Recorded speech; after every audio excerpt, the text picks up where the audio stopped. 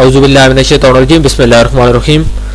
अस्सलाम वालेकुम और welcome to Flourish Learning YouTube channel और इंग्लिश 301 लेसन नंबर 17 के साथ हाजिर हैं। 16 लेसन हमारे कंप्लीट हो गए और हम लोगों ने स्टार्ट किया होता है the appearance and design of a business message, कि कोई भी आपका बिजनेस मैसेज है उसकी जो अपीयरेंस और उसके बाद जो उसका डिज़ाइन होता है, मतलब कि वो किस तरह होना चाहिए और उसके बाद उसकी जो यानी कि इंपॉर्टेंट चीज़ें होती है उसके अंदर वो क्या होती हैं। तो इसी यानी कि 16 लेसन में हमने इस चीज़ को डिस्कस किया था और स्टार्ट भी किया था और आज हम इसको यानी कि यहाँ पे कंटिन्यू करेंगे इसी चीज़ को। ठीक है, यहाँ पे आउटलाइन में आप देखें तो appearance of design of business message continue. ठीक है, इसके अंदर आज हम पढ़ेंगे the layout of business letter, कि जो बिजनेस लेटर होता है इसकी जो लेआउट होती है वो कैसी होती है। लेआउट्स के अंदर आपकी एक ब्लॉक फॉर्म होती है, एक मॉडिफाइड ब्लॉक होता है, उसके बाद फुल ब्लॉक, सेमी ब्लॉक और AMS। ठीक है, तो ये चार होती है। उसके बाद पंक्चुएशन स्टाइल, इसके अंदर दो चीज़ें होती है, क्लोज पंक्चुएशन और स्टैंडर्ड पंक्चुएशन। ठीक है, उसके बाद format of inter office memorandum.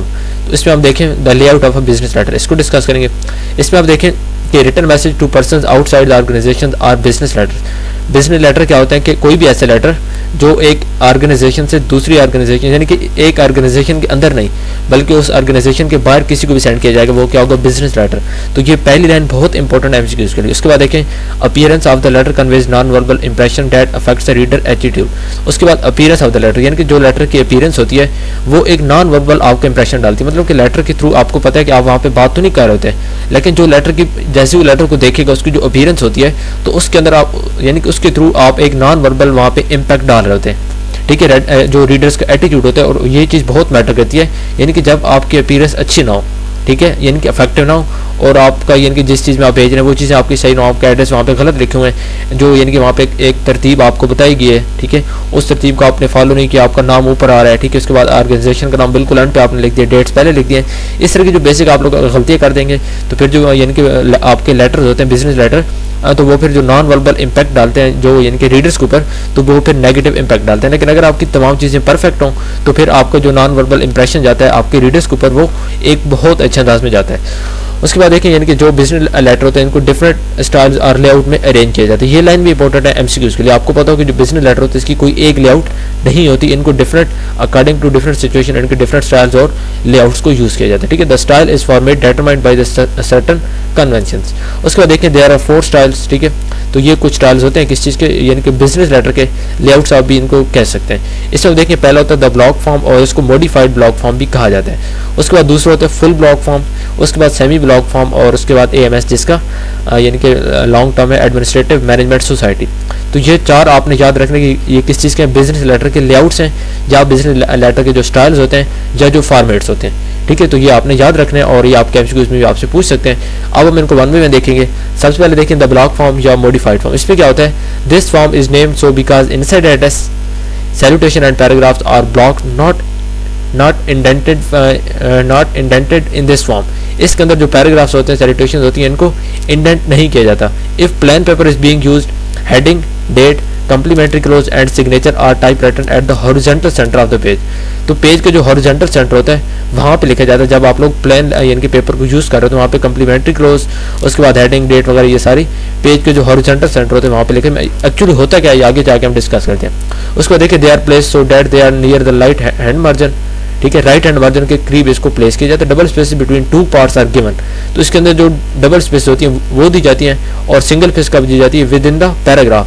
Paragraph के अंदर सिंगल स्पेस और इसके बाद 2 पार्ट्स के दरमियान डबल स्पेस। तो ये आपने याद रखना है। ये किस चीज़ के ब्लॉक फॉर्म के अंदर डबल स्पेस वहाँ पे दी जाती है जहाँ पे 2 पार्ट्स होंगे, 2 पार्ट्स के दरमियान में डबल स्पेस, जबकि 2 पैराग्राफ के दरमियान या एक ही पैराग्राफ के अंदर जो स्पेस यूज होगी वो होगी सिंगल स्पेस। ठीक है, in Pakistan close punctuation is used. तो पाकिस्तान के अंदर कौन सी होती है, क्लोज पंक्चुएशन पाकिस्तान के अंदर इस्तेमाल की जाती है। आपको पता हो कि पाकिस्तान के अंदर यही block form, modified block form या जिसे क्लोज पंक्चुएशन भी कहते हैं, ये आपकी पाकिस्तान के अंदर यूज होती है और इसके अंदर जो इंडेंट होता है वो नहीं होता।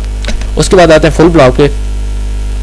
फुल ब्लॉक में देखें the format is considered to be the most modern. तो ये सबसे मॉडर्न फॉर्मेट इसको कहा जाता है। ये आपको पता हो कि फुल ब्लॉक को मॉडर्न ब्लॉक भी यानी कि मॉडर्न फॉर्मेट भी कहा जाता है। All the essential parts in this form are started from the left hand margin. तो इसके अंदर जो एसेंशियल मतलब कि जो ज़रूरी पार्ट्स होते हैं उनको लेफ्ट हैंड मार्जिन से मतलब कि यहाँ इस साइड से स्टार्ट किया जाता है। Open punctuation should be used in this form.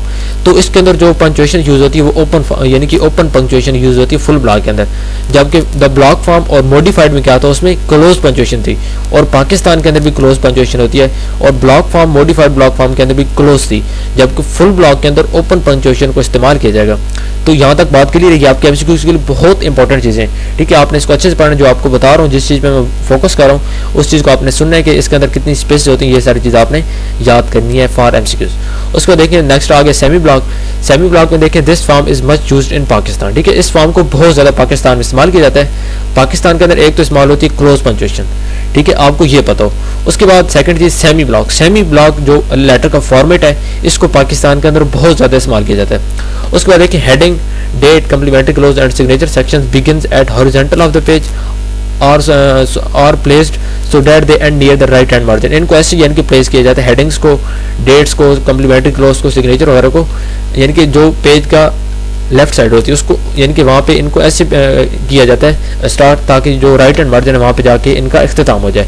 First line of each paragraph is intended 5 to 7 spaces. जो पहली लाइन होती है, ठीक है, उसको इंडेंट किया जाता है 5 to 7 स्पेसेस तक, ठीक है, मतलब उसके जो उसको स्पेसेस दी जाती है उसके दरमियान, ठीक है, 5 से 7 स्पेसेस उसके दरमियान दी जाती है।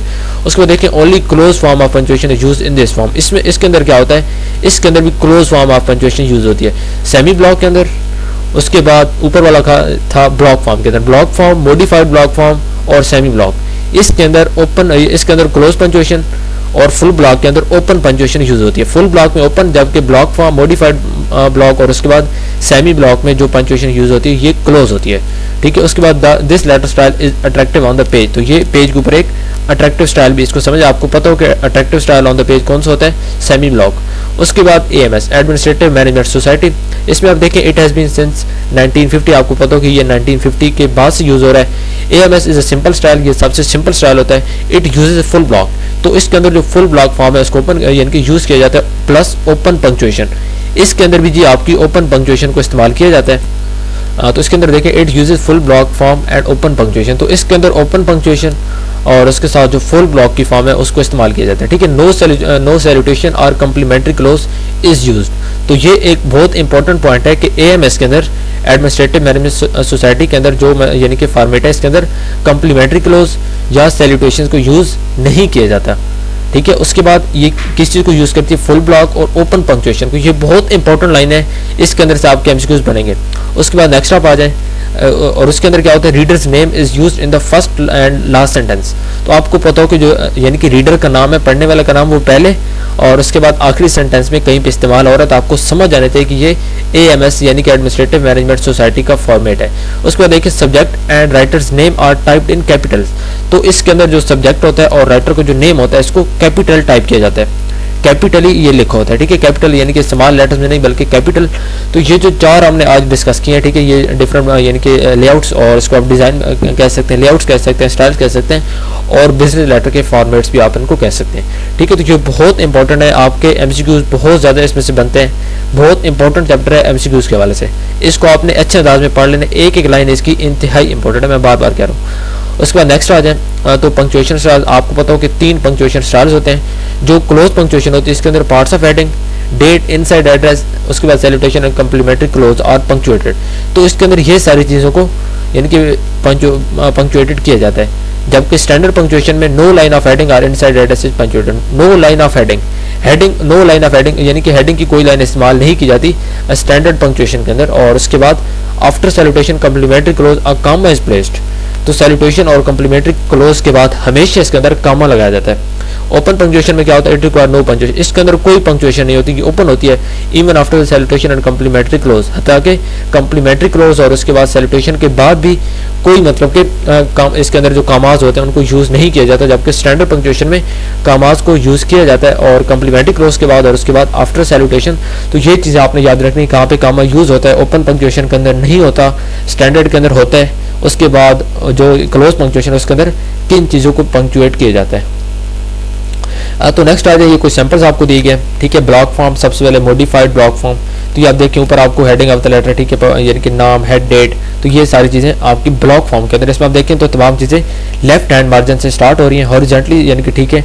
और इसके बाद आगे आप देखें तो ये तमाम चीज़ें हम ऊपर रीड कर लिए। ये सिर्फ आपको एक सैंपल दिखाया गया है, आपने ऊपर अगर आपने अच्छे अंदाज में पढ़ा है, ठीक है, आपने रीड किया तो आपको आइडिया हो गया होगा कि इसमें तमाम वो सिर्फ आपको प्रैक्टिकल करके दिखा रहा है कि एक्चुअली होता क्या है, ठीक है। तो ये फुल ब्लॉक फॉर्म है। अब इसमें आप फ़र्क देखें, ठीक है, ये थी मॉडिफाइड ब्लॉक। मॉडिफाइड ब्लॉक में आप देखें तो थोड़ा सा मतलब कि स्पेसेस ज़्यादा हैं। इसी तरह आप यहाँ पे आ जाएं तो इसमें आप देखें फुल ब्लॉक में इसमें स्पेसेस कम है, ठीक है। तो ये डिफरेंट आपको ऊपर आप यानी कि पढ़ेंगे तो आपको मजीद आइडिया होगा कि इसके अंदर वाकई डिफरेंस है और नज़र भी आ रहा है। उसके बाद सेमी ब्लॉक फॉर्म में देखें तो इसमें स्पेसेस मतलब कि कहीं पे हैं और कहीं पे नहीं है। ये सिर्फ मेन आपको बता रहा हूँ, बाकी आपने ऊपर पढ़ लिया, आपने इसको देखना है और मजीद आपको आइडिया हो जाए कि इसके अंदर एक्चुअली चेंजेस उन्होंने क्या किए।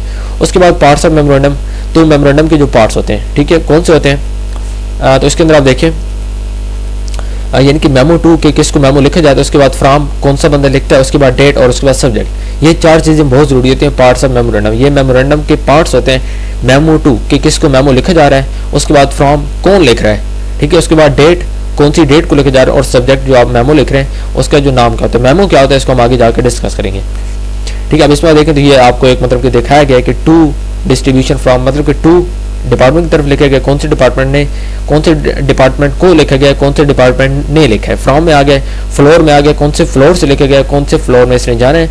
उसके बाद सब्जेक्ट में यानी कि किसको इसने मिलने और कहाँ से ये लिखा गया। उसके बाद डेट, ये सारी चीज़ें आपकी इंटर ऑफिस मेमोरेंडम में आ गई। पार्ट्स ऑफ मेमोरेंडम आपको मैंने ऊपर बता दिया है कि इसका नाम वगैरह, ठीक है, नाम, उसके बाद यानी कि कहाँ से लिखा गया, किसने लिखा है, कब लिखा है, डेट, और उसके बाद फोर्थ चीज़ कि इसको मतलब कि यहाँ पे फोर्थ चीज़ सब्जेक्ट, जो उसका सब्जेक्ट होता है, उन्वान होता है, वो क्या होता है। तो यहाँ पे हमारा 17 लेसन कंप्लीट हो गया। इंतहाई आसान था, लेकिन शॉर्ट क्वेश्चन लॉन्ग क्वेश्चन के लिए इतना इंपॉर्टेंट नहीं है, बल्कि MCQs के लिए बहुत ज़्यादा इंपॉर्टेंट चैप्टर है, ठीक है। अभी तक आपके जितने भी लेसन आए हैं उनके अंदर से ये लेसन नंबर 17 MCQs के हवाले से बहुत इंपॉर्टेंट चैप्टर है। आपने इसको पढ़ लेना है और इंशाल्लाह इसमें से आपके मैक्सिमम MCQs कवर होंगे, ठीक है व्यूअर्स। तो उम्मीद करता हूँ आपको आज के लेक्चर समझ आया होगा। उम्मीद करते हैं आपको तमाम चीज़ समझ आ गई होंगी। मजीद को क्वेश्चन होते हैं आप लोग कमेंट्स बॉक्स में लाजमी किया करें और इसके बाद इंशाल्लाह लेसन नंबर 18 की तरफ जाएंगे। तब तक के लिए ओके, अल्लाह हाफ़िज़, थैंक यू सो मच।